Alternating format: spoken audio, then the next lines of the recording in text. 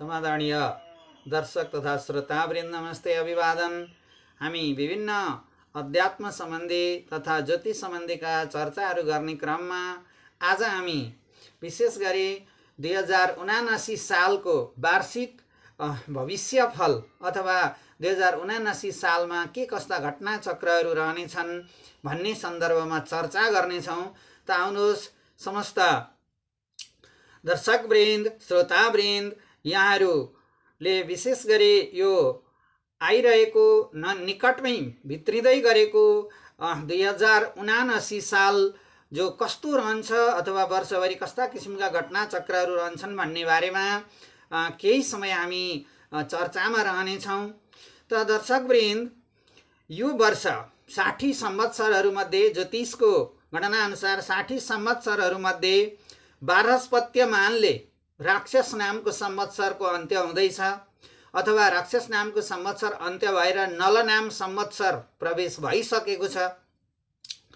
अब विशेष गरी यो 60 संवत्सर भन्छ ज्योतिषले। 60 संवत्सरहरूमध्ये सौर्यमान अनुसार पिङ्गल नामको संवत्सरको दृष्टि परेको भए तापनि नल नाम संवत्सर नै यो वर्षभरि करिब करिब चैत्र महिनाको 8 गतेसम्म रहनेछ। त्यसैले गर्दा यो नल नामको संवत्सर सँगसँगै पिङ्गल नामको संवत्सरको दृष्टि यसमा परिरहेको छ। त यस्तो अवस्थामा वर्षभरिमा के कस्ता घटना चक्रहरू हुन्छन् अथवा के कस्ता प्रभावहरू पर्छन् भन्ने बारेमा हामी चर्चा गर्दैछौँ। त आउनुहोस् धर्मानुरागी समस्त श्रोतावृन्द दर्शकवृन्द, यो पिङ्गल नाम गरेको संवत्सर भनिन्छ, जो नल नाम गरेको संवत्सरलाई दृष्टि दिइरहेको संवत्सर हो।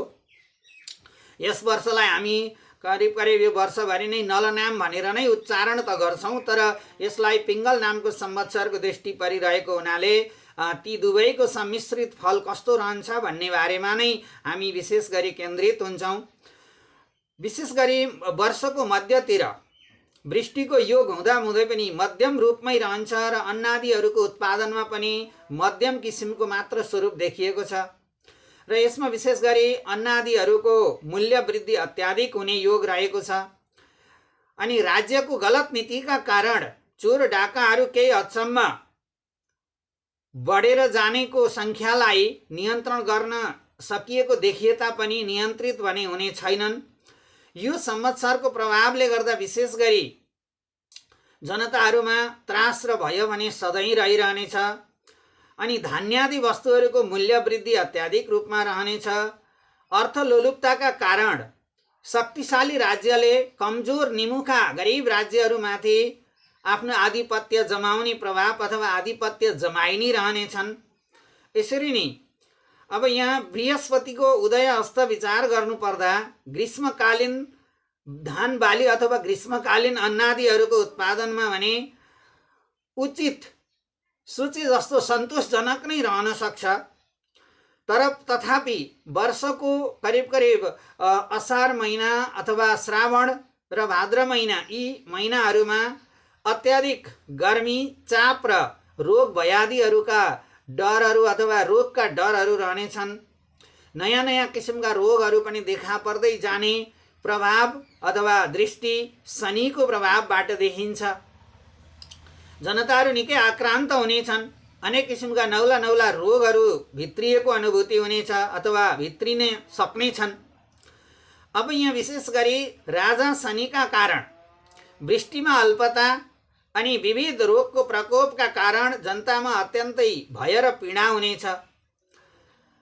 विशेष गरी राज्यमा, कुनै पनि राज्यमा चाहिँ सरकार पक्ष अथवा विशेष गरी चाहिँ शासक वर्गभन्दा पनि अन्य वर्गहरूको आधिपत्य र बोलवाला रहने स्थिति योग यस्तो देखिएको छ, जो शनिको र मङ्गलको यो दृष्टि परेको हुनाले।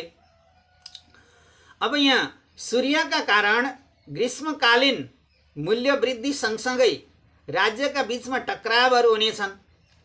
कमजोर राज्यहरूलाई शक्तिशाली राज्यहरूले नियन्त्रणमा लिन खोज्नेछन्। शुक्रका कारण अब यहाँ विशेष गरी हिउँदे बाली भनिन्छ, विशेष गरी भाद्र महिना पछाडिका उत्पादनमा भने केही सन्तोषजनक देखिए तापनि दूध, फलफुल अनि घिउ, तेल जस्ता पदार्थहरूमा पनि अत्याधिक मूल्य वृद्धि भएर जान सक्ने योग रहेको छ।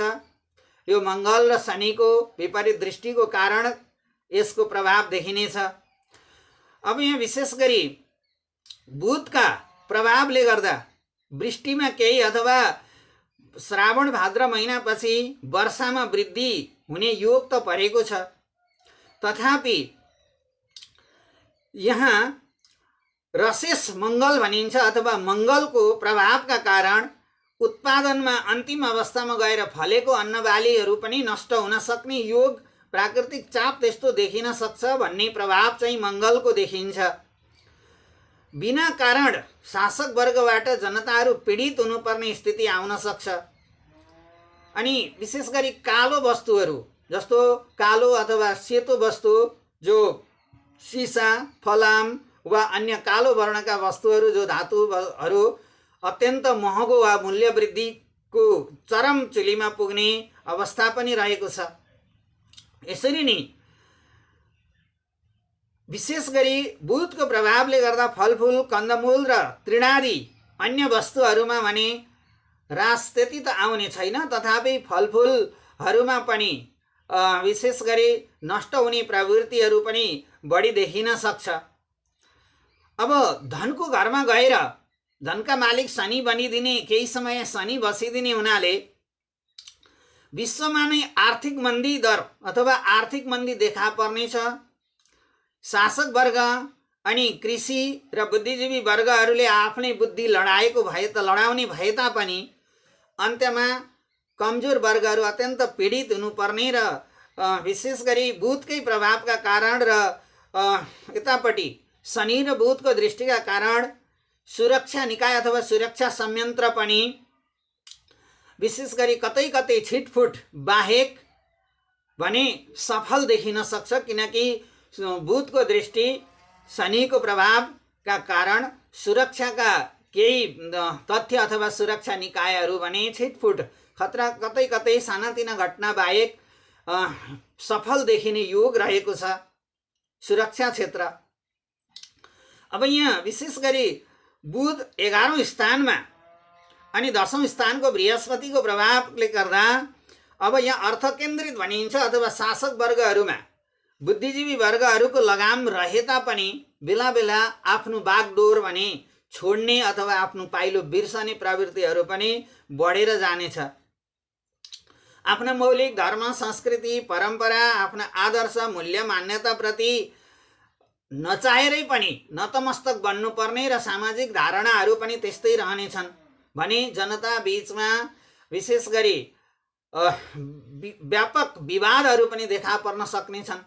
मङ्गल र शनिको प्रभावका कारण विशेष गरी यो आउँदो वैशाख महिना पछाडिका दिनहरूमा श्रावणसम्म अत्याधिक विवादका स्वरूपहरू पनि देखा पर्न सक्छन् भन्ने योग देखिन्छ। यसरी नै अब यहाँ हामीले सूर्य आद्रा प्रवेश गर्दा यसरी नै तिथि अनुसार अनि त्यसपछि अब यहाँ नक्षत्रका आधारमा, योगका आधारमा, ग्रह परिषदका आधारमा हेर्दा समग्रमा यो 2079 साल त्यति साह्रो सन्तोषजनक नदेखिए तापनि अन्त्यमा गएर विशेष गरी मङ्सिर महिना पछाडि केही सन्तोषजनक स्थितिहरू देखा पर्न सक्दछ, केही शान्ति र अमनचयनको स्वरूप पनि देखिन सक्दछ। समादरणीय धर्मानुरागी दर्शक श्रोतावृन्द, यो 2079 सालका यी विशेष गरी शनि, मङ्गल, बुध, बृहस्पतिका प्रभावका कारण यस्ता किसिमका योगहरू रहनेछन् भने यज्ञ यागादि माङ्गलिक कार्यहरू पनि कतै कतै सन्तोषजनक नै देखिनेछन्। विशेष गरी पर्वतीय र पहाडी क्षेत्रको प्रभाव जो तराई क्षेत्रमा भन्दा बढी माङ्गलिक कार्यहरू हुने योग देखाउँछ, किनकि यो विशेष गरी उत्तरी ध्रुव र ईशान कोणको दृष्टि परेर बृहस्पति अनि शुक्र र मङ्गल यी तीनै ग्रहको जोड रहेको हुनाले माङ्गलिक कार्यहरू भने सफल देखाउँछ र बाँकी राष्ट्रको समुन्नत अथवा विकासका आधारहरू भने सन्तोषजनक नै रहनेछन्। जे जति विकासका कार्यहरू भइरहनेछन् ती सन्तोषजनक नै देखिन्छन्, ताकि बुध र मङ्गलको प्रभावका कारण विकास योजनाहरू पनि निरन्तर अघि बढ्न सक्नेछन्। यस्तो किसिमको योग देखिन्छ। समादरणीय धर्मानुरागी दर्शक श्रोतावृन्द, र यो यस्तो हुँदै हुँदै हामीले 2079 साललाई पार गर्नेछौँ र विशेष गरी 79 सालको अन्त्यतिर पिङ्गल नामको प्रवेश हुन्छ। हुन त पिङ्गल नामको संवत्सरले अहिले यो नल नामको चलिरहेको संवत्सरलाई दृष्टि दिइरहेको हुनाले त्यसको पनि फलको प्रभाव यो वर्ष पर्ने रहेको देखिन्छ। र यो ज्योतिषका चाहिँ 60 संवत्सरहरूमध्ये संवत्सरको फल अनि सौर्यमान अनुसार मासफलहरू अनि राशि अनुसारका फलहरू यस्तै सामग्रीहरू लिएर यहाँहरूका सामु उपस्थित हुनेछु। बाँकी यो वार्षिक भविष्यफल र वार्षिक घटना चक्रहरू, आगामी 2080 सालका घटना चक्रहरू समग्रमा विश्लेषण गर्दै यहाँ यस अङ्कबाट बिदा लिन चाहन्छु।